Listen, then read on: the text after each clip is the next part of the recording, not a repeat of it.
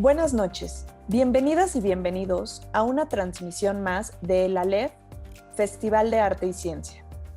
Esta noche les presentamos el conversatorio Recuento de la pandemia y las expectativas para México con el doctor David Kersenovich y el doctor Guillermo Domínguez.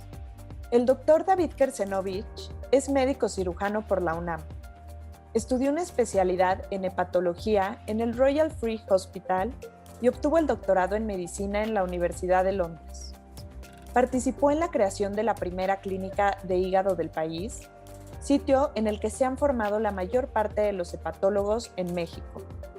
Sus investigaciones se enfocan en el estudio de fisiopatología de la cirrosis hepática, fundamentalmente en la fibrosis, y es pionero en la investigación clínica de la hepatitis C en México. Fue miembro de la Junta de Gobierno de la UNAM, presidente de la Academia Nacional de Medicina de México y secretario del Consejo de Salubridad General. Ha recibido varios reconocimientos, entre ellos doctorado honoris causa de la UNAM y el Premio Nacional de Ciencias en el campo de ciencias físico-matemáticas y naturales.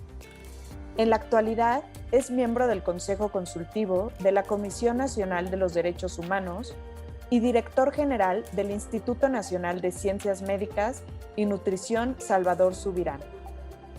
El doctor Guillermo Domínguez es médico cirujano egresado de la Facultad de Medicina de la UNAM. Estudió las especialidades de medicina interna, anestesiología y medicina del enfermo en estado crítico, obteniendo el certificado por cada uno de los consejos de especialidad. Realizó una estancia de posgrado en el Hospital Clínic y Provincial y en el Hospital de Sant Pau en la ciudad de Barcelona, España, realizando investigación en el área de ventilación mecánica. En 1992 se incorporó a la Subdirección de Medicina Crítica del Instituto Nacional de Nutrición.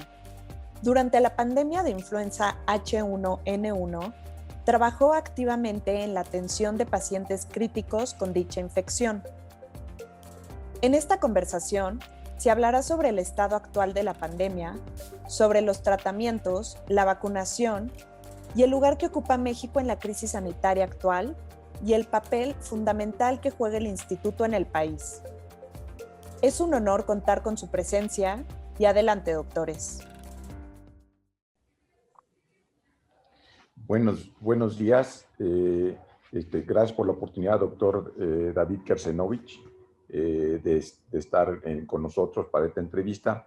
Y en primer punto quisiéramos conocer su opinión en relación a dónde estamos la pandemia, cómo se está comportando a nivel mundial, cómo se está comportando en México y cuál es el efecto real que debemos esperar de todas estas variantes, de todas estas mutaciones virales, doctor. Bueno, mucho gusto por estar aquí contigo, Guillermo, y también con el Festival de Arte y Ciencia Aleph. Gracias por la invitación. A ver, ¿dónde estamos en la pandemia? Me voy a permitir primero hablar de lo que está pasando en México. En México, pues hemos pasado las dos distintas olas donde hubo un incremento de casos y actualmente pues estamos disminuyendo en forma importante a niveles pues muy parecidos de cuando empezó la pandemia. Entonces, eso es un hecho muy relevante desde el punto de vista epidemiológico en el país. No tenemos la certeza de que eso va a continuar así o que va a haber una tercera ola. Sin embargo, esperemos que con la tasa de pacientes que ya hemos tenido afectados por el COVID-19, más el proceso de vacunación, pues se logre mantener tal como se está comportando hacia la baja en la actualidad. ¿Qué ha pasado a nivel mundial? Bueno, a nivel mundial lo que hemos visto es que ocurren brotes de exacerbación en distintas partes del mundo. Y tenemos un comportamiento heterogéneo. Países en donde se ha logrado que aunque tengan un segundo brote o hasta un tercer brote disminuya, hasta otros en los cuales están todavía en una fase de incremento muy importante como está sucediendo ahorita en la India. Lo que sí es un hecho es que esta pandemia no ha tenido una evolución completamente lineal, es decir, de que aumenta y baja a nivel mundial, sino que se ha caracterizado por tener brotes. Y yo creo que estos son oportunidades de las cuales vamos a tener que aprender cuáles son los factores que han determinado que ocurran esos brotes. Llámale si quieres climático, llámale si quieres la implementación de medidas preventivas, llámale la movilidad de un país o no, llámale la apertura escolar o no. Entonces, yo creo que el tiempo nos va a tener que decir qué es lo que ha determinado esos brotes que han caracterizado a esta pandemia. El otro aspecto que actualmente estamos reconociendo es que aparecen variantes y esas variantes tienen distintos efectos. A mí me gustaría aquí tener la oportunidad de mencionar, porque luego es fácil confundir al público, lo que son de repente cuando se habla variantes de interés o variantes de preocupación. Bueno, es que pues, prácticamente todas las variantes son de interés en la secuenciación del virus, pero algunas lo que hacen es que favorecen la transmisibilidad del virus. Y eso es otro factor que pudiera intervenir en relación a los brotes que estamos teniendo en relación con la presencia o no de variantes. Variantes de preocupación son aquellas que sí afectan las tasas de mortalidad. Entonces, pero en el fondo, si uno lee entre líneas, lo que es muy importante que hemos aprendido, pues lo sabíamos desde otras pandemias o otros brotes epidémicos, pero más ahora, es la necesidad de tener un sistema de vigilancia de secuenciación viral para conocer si estos virus se comportan igual o tienen mutaciones. Y las mutaciones son muy importantes, no nada más por el interés epidemiológico, sino también por el interés terapéutico, porque las vacunas pues van a tener que considerar en el futuro todas estas variaciones que puedan ocurrir en mutaciones en los virus. Y parecido a lo que pasa con la influenza, donde cada año se va preparando la vacuna, pues aquí probablemente vaya a suceder lo mismo. Entonces, yo creo que eso contesta parte de tus preguntas. Estamos en una etapa mejor en México. El mundo sigue teniendo esas oscilaciones por países con distintas causas y bueno, una de las posibilidades son las variantes. Sí, sí es una realidad. Sí, sí, muchas gracias, doctor. Y es bien, bueno, sabemos todos que hemos aprendido más de COVID, obviamente de marzo para acá, de marzo del 2020 a 2021, y ha habido varios cambios, y uno de los cambios importantes, pensamos, es el cómo se diagnostica el COVID. Y junto a esta pregunta, ¿qué se hace en el Instituto Nacional de Ciencias Médicas y Nutrición como institución líder en el país para el diagnóstico de COVID? Esto sería nuestra siguiente pregunta, doctor. Bueno, mira, la manera de diagnosticar la enfermedad por COVID claramente desde el principio fue la determinación del PCR. Esa es la prueba confirmatoria de que alguien tiene COVID. Yo diría la prueba irrefutable de que alguien tiene una infección por COVID. Ahora, hay varios matices que hemos ido aprendiendo en el desarrollo de esta pandemia. Incluso el desarrollo, por ejemplo, de pruebas rápidas que, al igual que la detección hecha en una muestra a través de un PCR, pero hecha con una tecnología distinta que permite tener un diagnóstico en unas horas y pues prácticamente lo que en inglés se llama point of care, o sea, hacer la prueba y saber de inmediato si una persona es positiva o no. Sin embargo, ese tipo de pruebas tiene un nivel distinto cuando sale negativo. El que salga negativo no nos asegura que la persona no pueda estar teniendo una infección por SARS-CoV-2 todavía. Entonces, hemos evolucionado, hemos aprendido en las pruebas de laboratorio en ir desde un PCR que podía tomar 24 horas o más para tener el resultado hasta el tener una prueba que nos puede detectar casos en forma mucho más temprana. Ahora, habiendo dicho eso, pues hay mucho en campo de investigación para desarrollo de pruebas. El desarrollo de pruebas en saliva, por ejemplo, o usar la detección de varias muestras en un solo pool y solo si el pool sale positivo, hacer una prueba diagnóstica. Eso es en lo que se refiere a pruebas de laboratorio.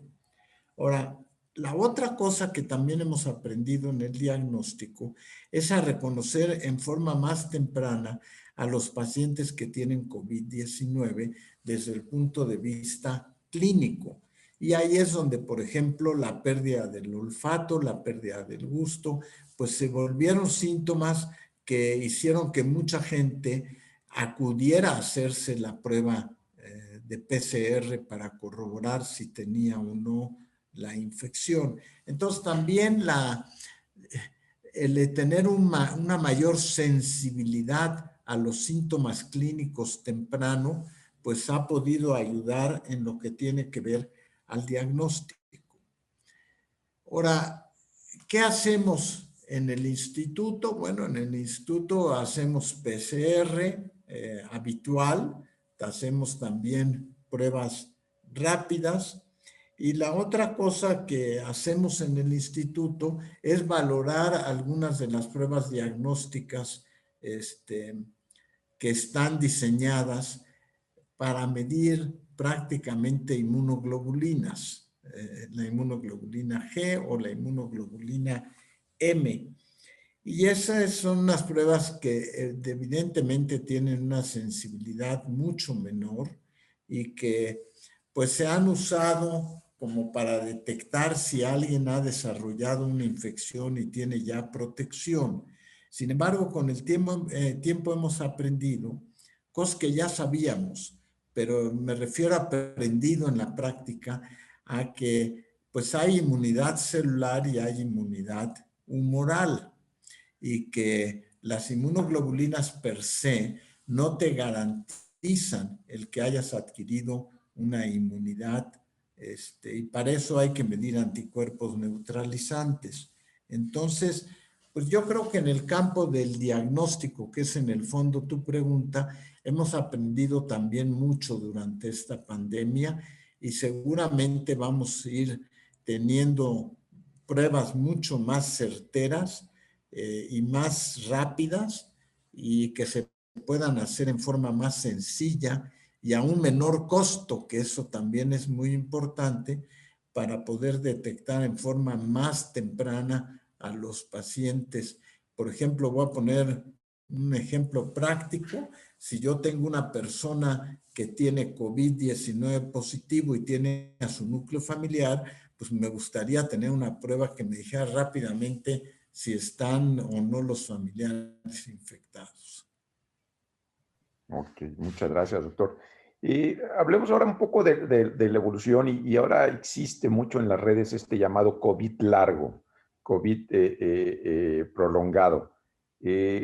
¿Cómo podríamos abordar o qué tan problemático es este en la vida diaria?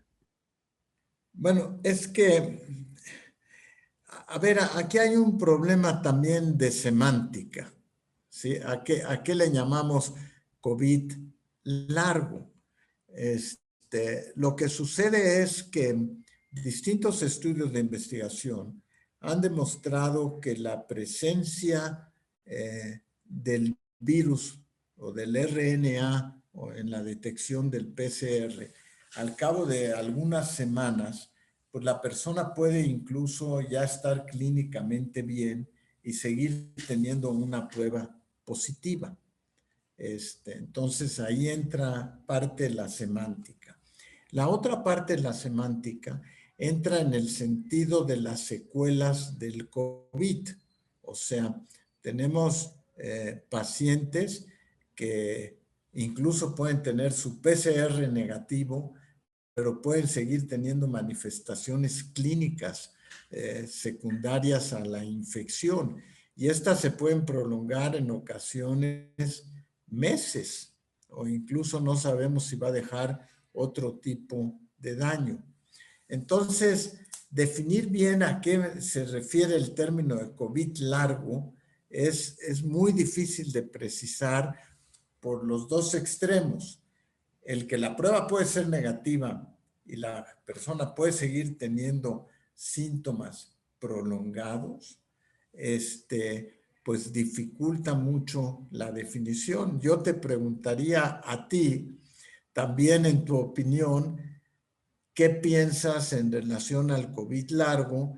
Y lo que sí viene en el futuro es el síndrome post-COVID.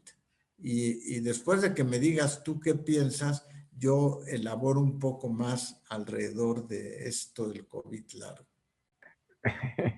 Ahora ya se invirtió el papel. No, totalmente de acuerdo. Yo creo que hay un gran problema de semántica. Yo creo que el COVID largo, efectivamente, como usted dice, hay veces que mucho los pacientes están haciéndose pruebas seriadas y aunque no estén con un potencial de infectar, siguen saliendo positivo. Y sí, lo que existe es, después de la enfermedad, sobre todo aquellos que han estado hospitalizados o en terapia intensiva, tienen estas manifestaciones de ataque al estado general, mucha astenia, mucha dinamia, incluso mialgias y artralgias, que es lo que podría interpretarse también, pero que es parte nada más de esta convalescencia de la enfermedad. Eso es un poco lo que yo pienso. Y sí, la presencia de RNA a lo mejor no nos habla de una enfermedad tan activa en estos pacientes que ya tienen varias semanas. Bueno, yo te hice la pregunta a propósito para darme pie a otro comentario.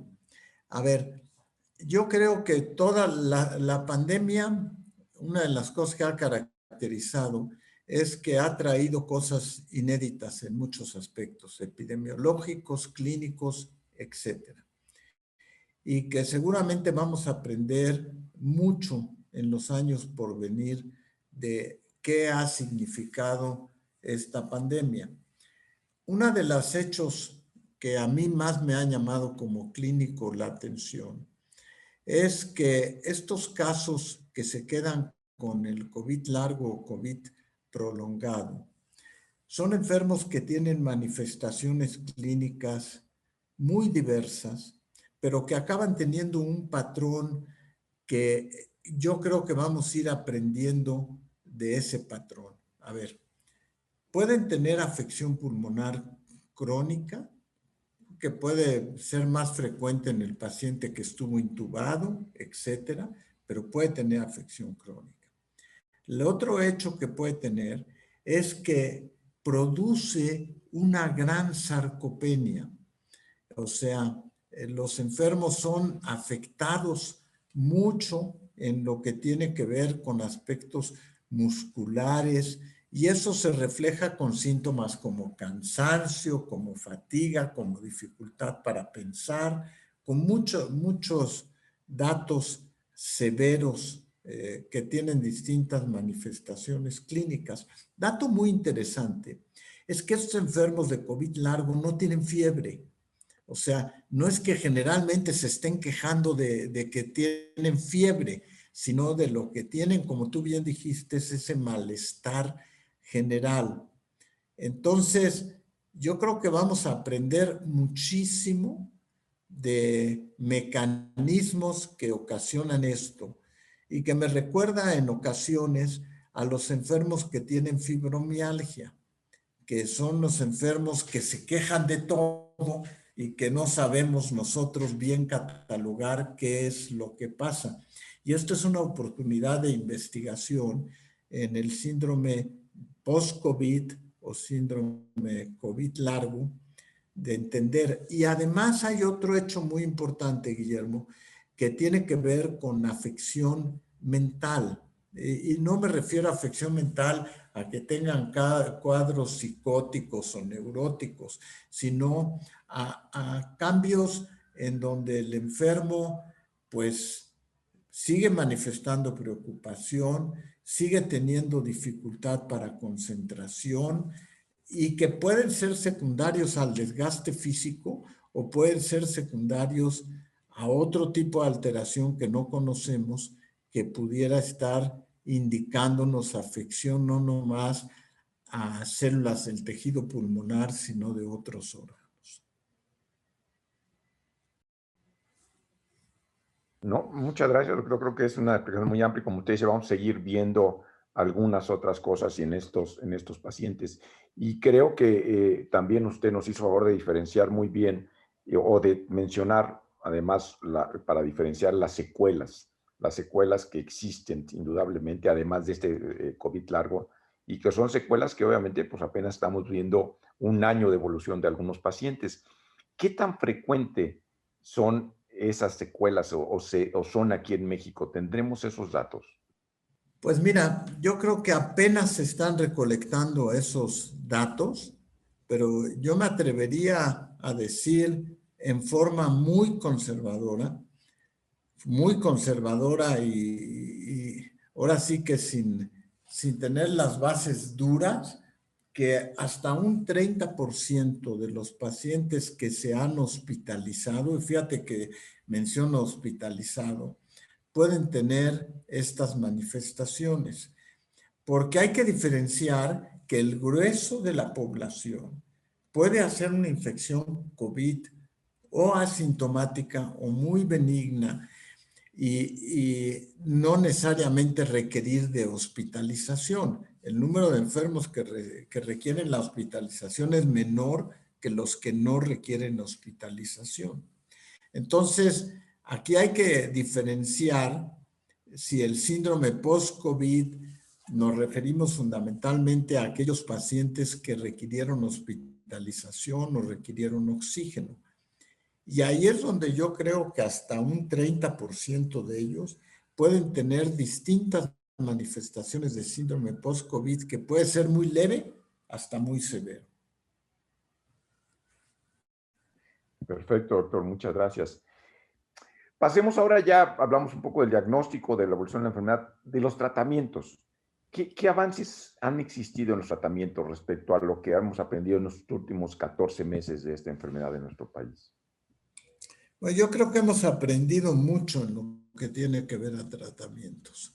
El primer comentario tiene que ver con aspectos clínicos y entender que hay medicamentos que pueden ser indicados y que pueden ser sintomáticos en las fases iniciales de un paciente que tiene COVID y que no requiere ni siquiera oxígeno y que requiere fundamentalmente tratamiento sintomático, como muchas de las gripas que estábamos acostumbrados a tratar, que nada más con tratamiento sintomático bastaba para que los enfermos, pues después de un periodo X, evolucionaran completamente a la mejoría.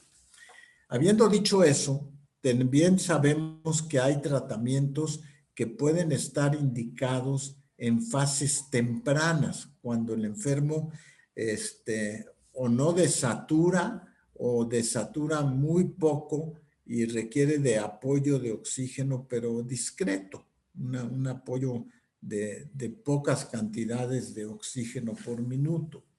También tenemos la fase del paciente que requiere una mayor cantidad de oxígeno o que requiere internamiento. Y luego tenemos el que llega severo a terapia intensiva y puede requerir o no, pero fundamentalmente casi en todos los casos una intubación.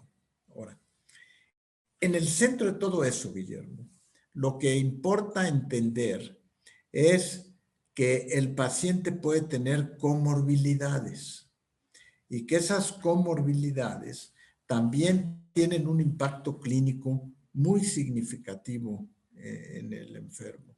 No es lo mismo que te dé COVID si tienes diabetes o tienes hipertensión arterial o incluso daño renal, que si eres una persona, entre comillas, sana previo al momento en que ocurrió. Y tampoco es lo mismo si una persona tiene comorbilidad y está bien controlada. Y ahí entra mucho el concepto de que la prevención no es nada más la prevención primaria, sino la prevención secundaria y prevención terciaria, de que no porque una gente sea obeso o tenga diabetes, necesariamente le va a ir peor con el COVID si se cuida, o sea, si está controlado, pero no nada más si está controlado en el momento que tiene el COVID, sino que si está controlado desde antes. Tenemos gente obesa y gente diabética que estando controlados y sufriendo una infección por COVID, pues les va bien. O sea, no es una cuestión necesariamente fatal el que tengan una comorbilidad. Pero no es lo mismo si está descontrolado o que si está controlado. Entonces, pues dentro de todo este margen es que los tratamientos tienen que ser diferenciados. Ahora, específicamente, ¿qué tenemos? Tenemos, yo diría, varias categorías. Tenemos antivirales, tenemos medicamentos que están enfocados fundamentalmente a, yo le llamaría a la tormenta de citocinas, pero le llamaría como si fueran antiinflamatorios. Tenemos anticoagulantes porque reconocemos que hay fenómenos trombóticos. Y luego tenemos medidas generales como son el uso de plasma, etcétera. Entonces, en todos estos, ¿qué es lo que ha surgido? Bueno, en antivirales empezamos a ver los antivirales clásicos, que los primeros que fueron el Remdesivir. Después empezamos a ver otros antivirales que han ido apareciendo y esperamos que migremos hasta un antiviral que pueda ser administrado por vía oral y que entonces haría su uso mucho más fácil que el tener que internar a un paciente y darle el antibiótico, perdón, el antiviral por vía parenteral. Entonces yo creo que en los antivirales lo que seguramente estaremos deseando que ocurra es tener un antiviral por vía oral que pueda ser útil para el manejo. La otra cosa que hemos aprendido es el desarrollo de anticuerpos monoclonales. Y esos anticuerpos que pueden estar indicados en fase temprana o en fase tardía, también ha sido una beta de investigación muy interesante, porque no todos los anticuerpos monoclonales son iguales y van dirigidas a distintas fases, perdón, a distintos espacios dentro de la estructura del virus y pueden tener efectos tempranos o efectos tardíos. Pero también seguramente vamos a ver mayor desarrollo de anticuerpos mononucleares. Y la otra cosa es también la posibilidad de desarrollar, como ha sucedido en otras enfermedades, anticuerpos a partir de suero de caballo, a partir de un otro animal al que se sensibiliza y se desarrollan anticuerpos monoclonales distintos. Entonces tenemos antivirales, tenemos los anticuerpos mononucleares, tenemos la anticoagulación, tenemos los antiinflamatorios como la dexametasona y tenemos también productos que tratan de actuar sobre las tormentas de citocinas. Yo creo que vamos a ver cada vez más progresar a tratar de tener un antiviral por vía oral que pueda ser usado en fase muy temprana por los pacientes que están afectados. Entonces yo creo que hay mucho en el campo de desarrollo de nuevas medidas terapéuticas que van a acabar impactando también o contribuyendo a ese descenso tan importante que hemos visto en la pandemia. Perfecto, doctor. Y nutrición, siendo una institución líder, ¿tiene alguna participación activa? ¿Ha tenido un rol en el desarrollo, estudio de estos nuevos tratamientos, doctor? Sí, yo diría que prácticamente en cada uno de estos rubros tenemos protocolos de investigación que en un principio se diseñaron entre el producto en investigación versus placebo, porque no sabíamos, y cuando digo placebo me refería fundamentalmente a tratamiento sintomático.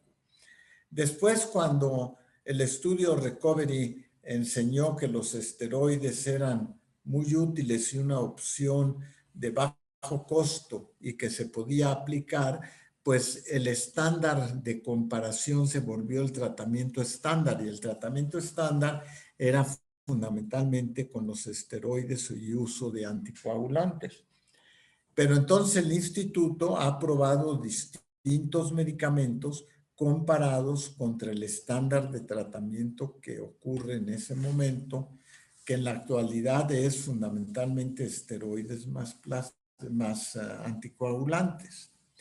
Pero sí, el instituto tiene protocolos prácticamente de todos ellos para tratar de obtener experiencia en vida real y ver si sirven o no.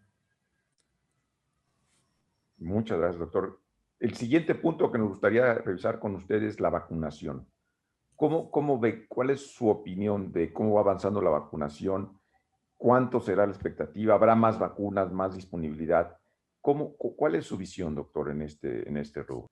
A ver, mira, yo creo que en las vacunas ha sucedido un hecho muy interesante que va a marcar un cambio de paradigmas un antes y un después. A ver, hasta antes de esta pandemia, pues la técnica de desarrollo de vacunas era muy estándar.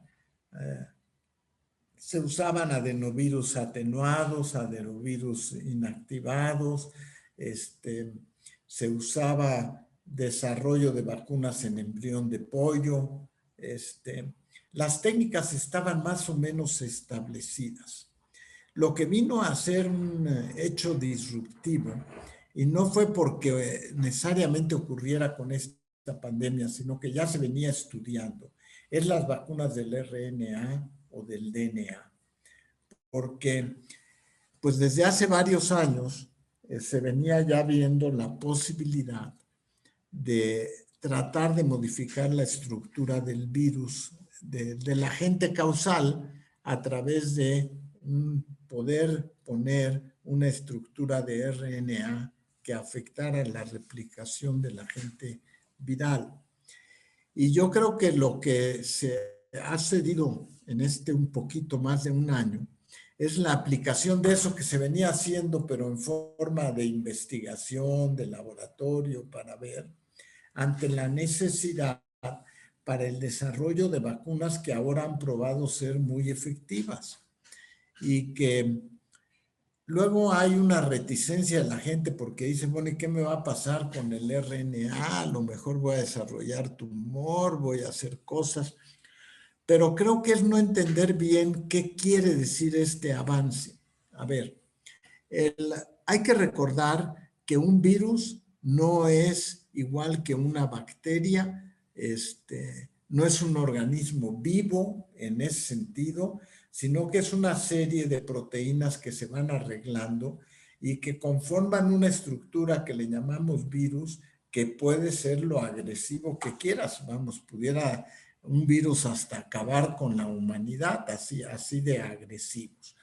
Entonces, entendiendo que no es un organismo vivo, requiere un cambio en la mente de los investigadores muy importantes de entender, este es un arreglo de proteínas y por lo tanto el desarrollo de técnicas de RNA o de DNA implica meter algo disruptivo en ese arreglo de proteínas para tratar de evitar la replicación del virus. Y a fe mía que ha sido uno de los avances más importantes y que yo creo que va a marcar una diferencia en el desarrollo, no nada más de vacunas, sino en el desarrollo de medicamentos. La edición de genes, nosotros la hablábamos pues fundamentalmente en cambiar todo un gen, pero con estas vacunas lo que nos hemos dado cuenta que no se requiere cambiar todo una estructura, sino nada más encontrar dónde, perdóname la palabra, lo quiebras para que ¡pum!, se caiga la estructura proteica de ese virus. Entonces, las vacunas yo creo que son seguras, creo que son útiles. Lo que no sabemos es cuánto tiempo dure la inmunidad.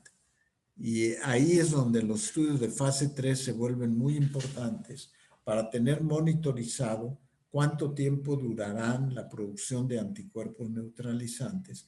Para saber, yo me sospecho que vamos a necesitar, igual que con la influenza, dosis repetidas de vacunas al principio, por lo menos anualmente.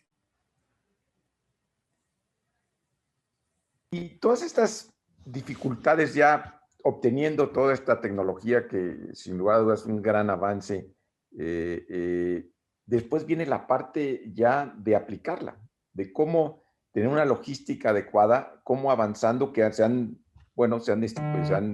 estipulado en algunos países y en nuestro país distintas fases, pero ¿podríamos mejorar esto? ¿O qué opinión le merece a usted todos los problemas de aplicación que existen? Bueno, mira, es que esa es una pregunta muy difícil y voy a decir por qué no, voy a matizar por qué es muy difícil. Porque México tiene o tiene una estructura de muchos años de aplicación de vacunas. Y entonces uno se dice, pues debería ser muy fácil poner esa estructura de vacunación y aplicarla. Tú sabes que había jornadas, días enteros de vacunación donde se vacunaba muchísima gente. Pero aquí de repente entra una variable distinta. Y es que, por ejemplo, las vacunas del RNA tienen que ser guardadas en situaciones muy distintas. Algunas a -70, algunas a -20. La vacuna, el producto, no se maneja igual que la vacuna que estábamos acostumbrados a manejar, donde México tenía una tradición excelente en programas de vacunas. Entonces, cuando ingresa esta variable, resulta muy difícil de su aplicación en todo el país, porque no es la red fría que estábamos acostumbrados a tener. No es la red fría que estaba a 4 o a 6 grados o no sé exacto a cuántos grados, sino que aquí de repente nos encontramos ante la necesidad de una red fría con características muy distintas, con características prácticamente de ultracongelación. Entonces, esa variable no se ha visto como uno de los fenómenos muy importantes que afecta en que no nomás es que llegue la vacuna, sino que la conserves y que la puedas aplicar. Entonces, pues yo creo que cada día iremos mejorando en la aplicación de vacunas, pero entendiendo que no es lo mismo cuando se habla de la vacuna actualmente contra el SARS-CoV-2 que lo que se hablaba de ir a vacunar contra la triple, por ejemplo, ¿sí? En donde además mucha de esa vacunación era por vía oral, incluso. Entonces, no todo era parenteral, mucho era oral, y ojalá lleguemos a tener una vacuna igual que fuera oral o que yo estoy seguro que va a llegar, o que fuera liofilizada y que no tuviéramos que estar teniendo esa red entre comillas en frío de ultracongeladores. Ahorita en este momento las cinco vacunas que se han autorizado serían suficientes para este programa de vacunación. Y aquí... Pues, a ver, es que es muy difícil porque ya mucha gente lo ha dicho. Para controlar esta pandemia, lo importante no nada más es que un país se vacune, sino que se vacunen todos. Entonces, eso hace que la demanda de vacunas sea muy alta, ¿sí? Muy alta. Y entonces, pues esa inmunidad de rebaño puede venir, y yo te lo dije hace unos cuantos minutos, en que puede venir o por protección o por el número de casos afectados. Cuando hablábamos de la curva, yo te decía, pues es que seguramente hemos tenido muchos casos y mucha gente que ya se infectó y otra que ya se vacunó. Entonces, pues yo espero que hay que recordar que no llevamos mucho tiempo en esta pandemia, aunque parecen siglos ya, llevamos un año y unos meses y bueno, antes tomaba incluso más tiempo controlar una enfermedad con vacunas. Yo espero que haya cada vez más disponibilidad de vacunas para todo el mundo, porque a nosotros nos interesa pues estar vacunados, pero igual que estén vacunados las gentes que llegan a México de otros países, etcétera. ¿Podría ser una solución el que se liberen las patentes ahora que es una noticia de las últimas 24 horas, esa propuesta de algunos países europeos y Estados Unidos? A ver, en principio suena muy atractivo el que se liberen las patentes porque uno espera que aumente la producción de vacunas. Lo que a mí me preocupa es el estándar en cómo se vayan a elaborar esas vacunas. Esa parte, sobre todo en lo que tiene que ver con las de RNA mensajero. Entonces, pues ya hemos visto que hasta venden frasquitos que no tienen más que líquido y que dicen que es la vacuna del RNA. Entonces, es muy difícil, pero es un reto, definitivamente es un reto global el poder desarrollar esta vacuna y ojalá hubiera vacuna por vía oral, sería mucho más fácil. Perfecto. Y ya en esta parte final de la entrevista, ¿cuál sería, desde su punto de vista, la principal aportación que hemos tenido, que ha tenido el Instituto Nacional de Ciencias Médicas y Nutrición?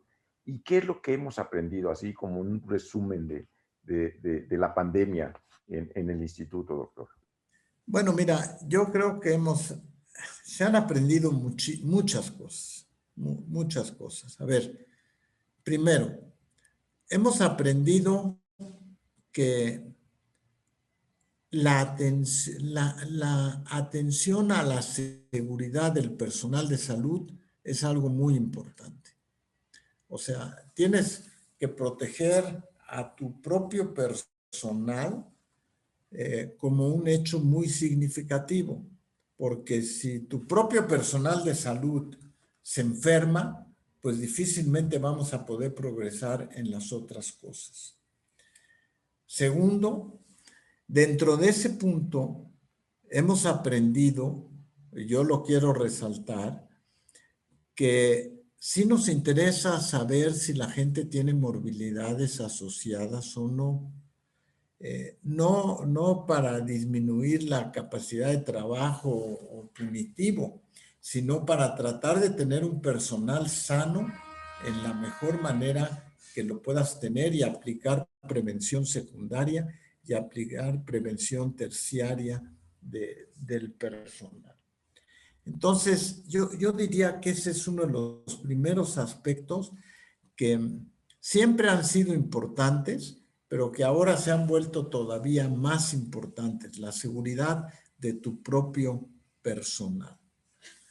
La otra cosa que hemos aprendido es, esto suena muy raro, pero yo creo que es muy importante. Tiene que ver con la construcción de hospitales.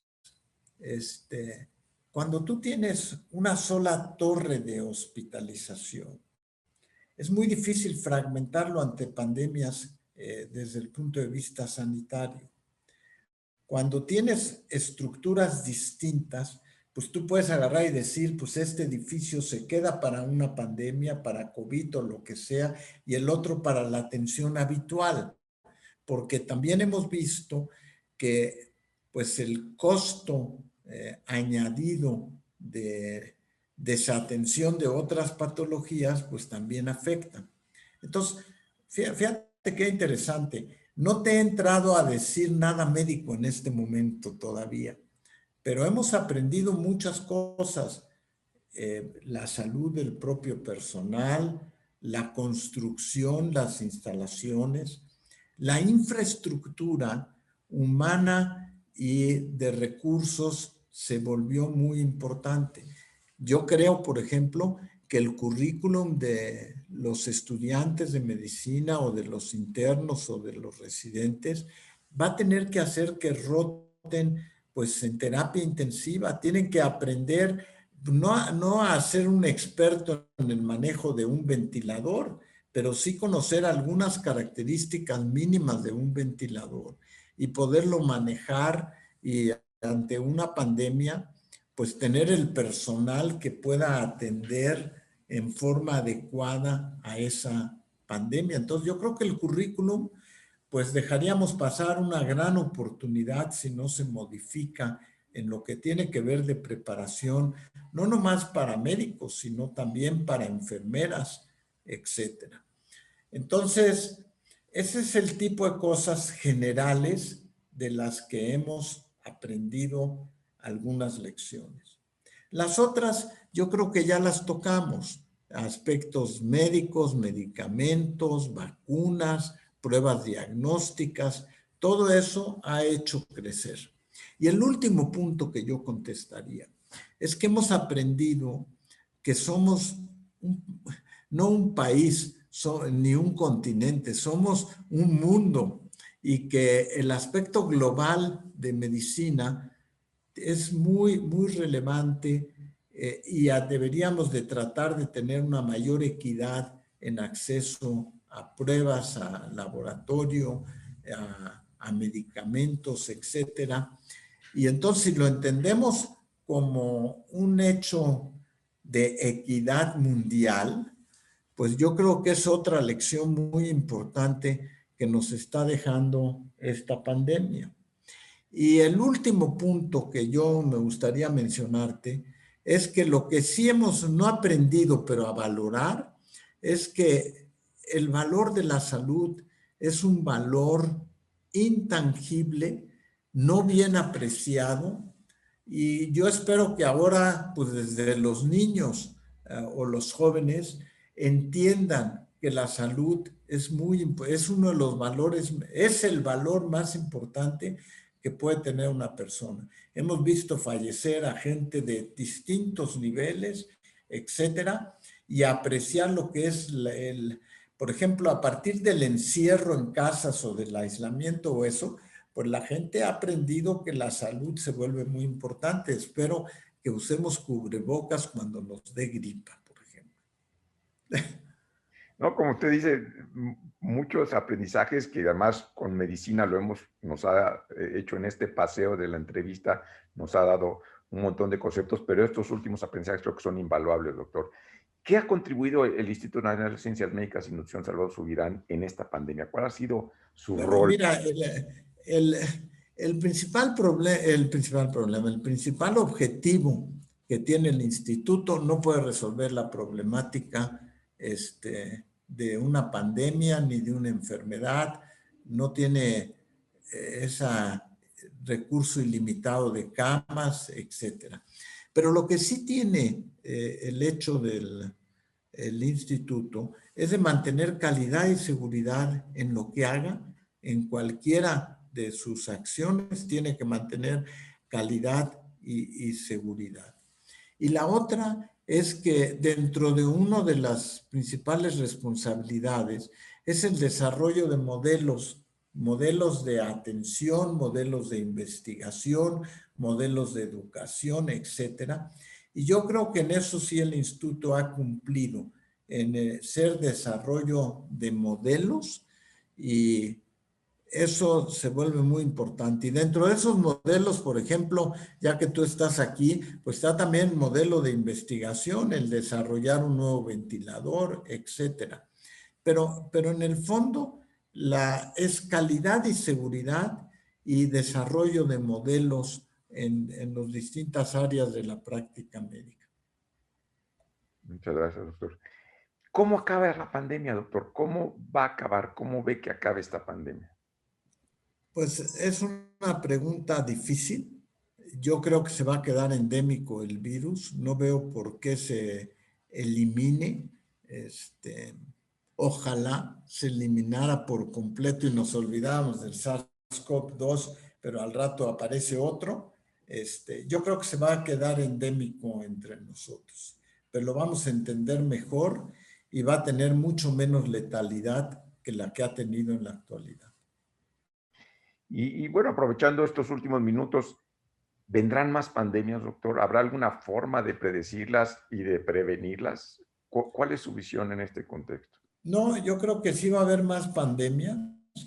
Si me preguntas qué es lo único que creo que puede prevenir, tendría que ser cambios climáticos que de seguro de alguna manera tienen lugar, y el otro, cambios sociales. O sea, las dos cosas son medidas en donde hay mucho cambio para prevención, tanto en el aspecto climático como en lo social.